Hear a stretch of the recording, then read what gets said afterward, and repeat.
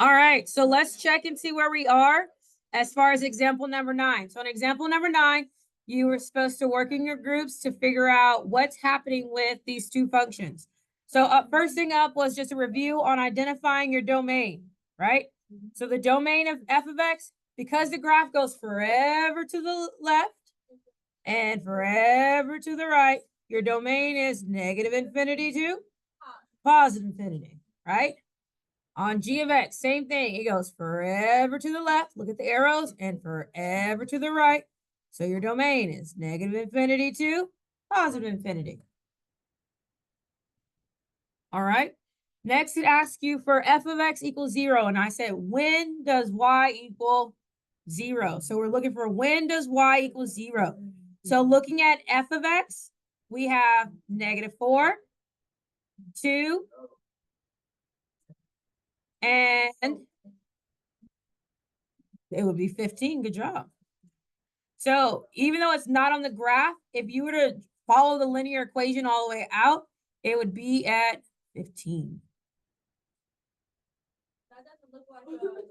It's a 15. I figured that someone was going to say something, so I went to go get the eraser, and I was going to fix it.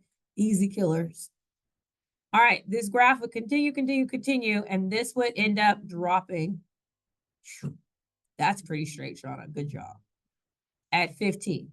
So our x's are, our x would be, I have -4, 2, and 15. All right, now let's look at our g of x. So for g of x, I'm at -2, I'm at 5, and I'm at 7. Do we see that? All right, so those are our intercepts there. So we have x. Again, my braces are questionable. And 7. All right. Questions about A and B?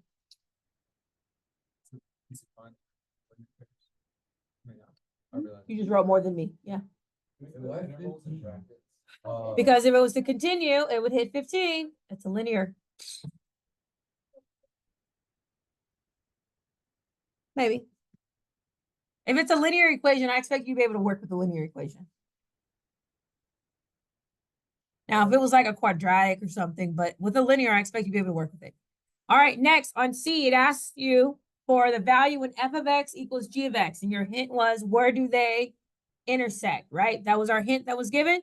So we were looking for where do they intersect? And they intersect at x equals -3, 3, and 9.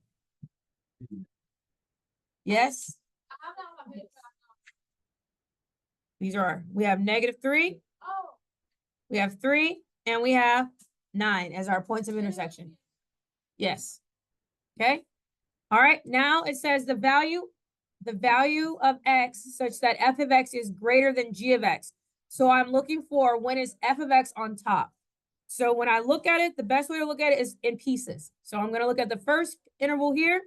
F of x is above g of x. Do we see that?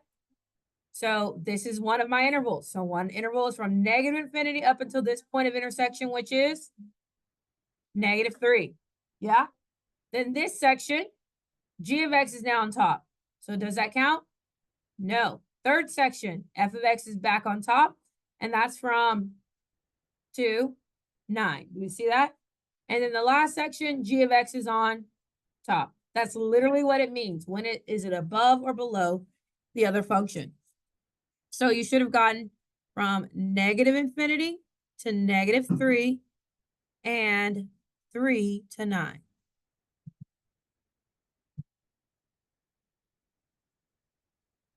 Okay, so there, when it says when is it less than, that left us with our two other intervals.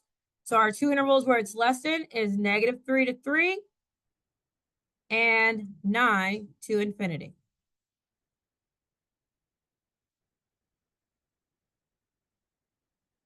All right, next, it was when is g of x greater than 0? So you're looking for when does g of x has positive y values. So I'm going to go over here.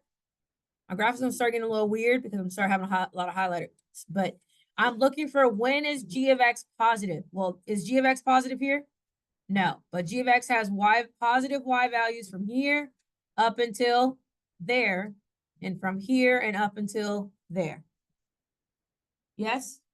That's where my y values are positive for g of x. Okay? All right.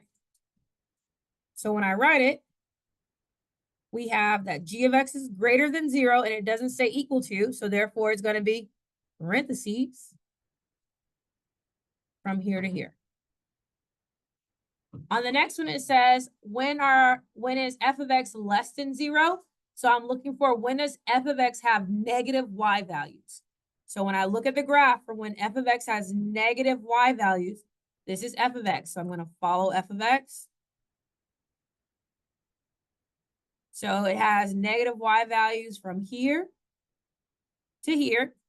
Positive, positive, positive, positive, positive, positive, positive. And until I get here to here. Does that make sense? So I have two intervals of where it happens. My two intervals are going to be from, what do we get? -4 to 2 and 15 to infinity. Is an, oh, dang it. I wrote it in the wrong spot. Thank you. 15 to infinity. You saw nothing.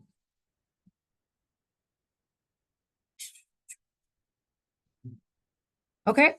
So on H, it says, when is f of x increasing? So you're looking for intervals when f of x is increasing. And again, we read our graphs from left to right, just like we read our books. So f of x is increasing from where to where? It's only on one interval, right? So it's from -1 to about 3.5.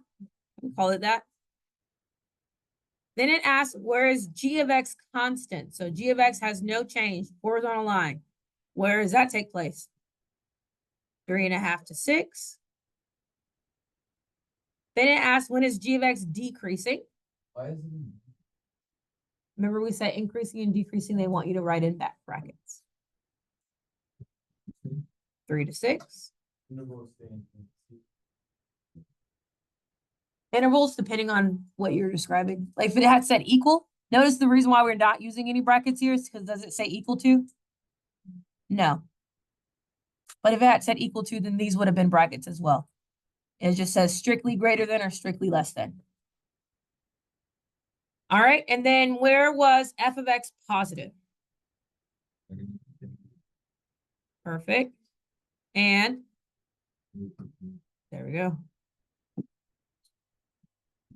And then what was f of x decreasing? Perfect. And perfect. Okay. Wait, what's the negative infinity have? I did put a parentheses. Oh, I didn't put a parentheses. That's a note. Thank you.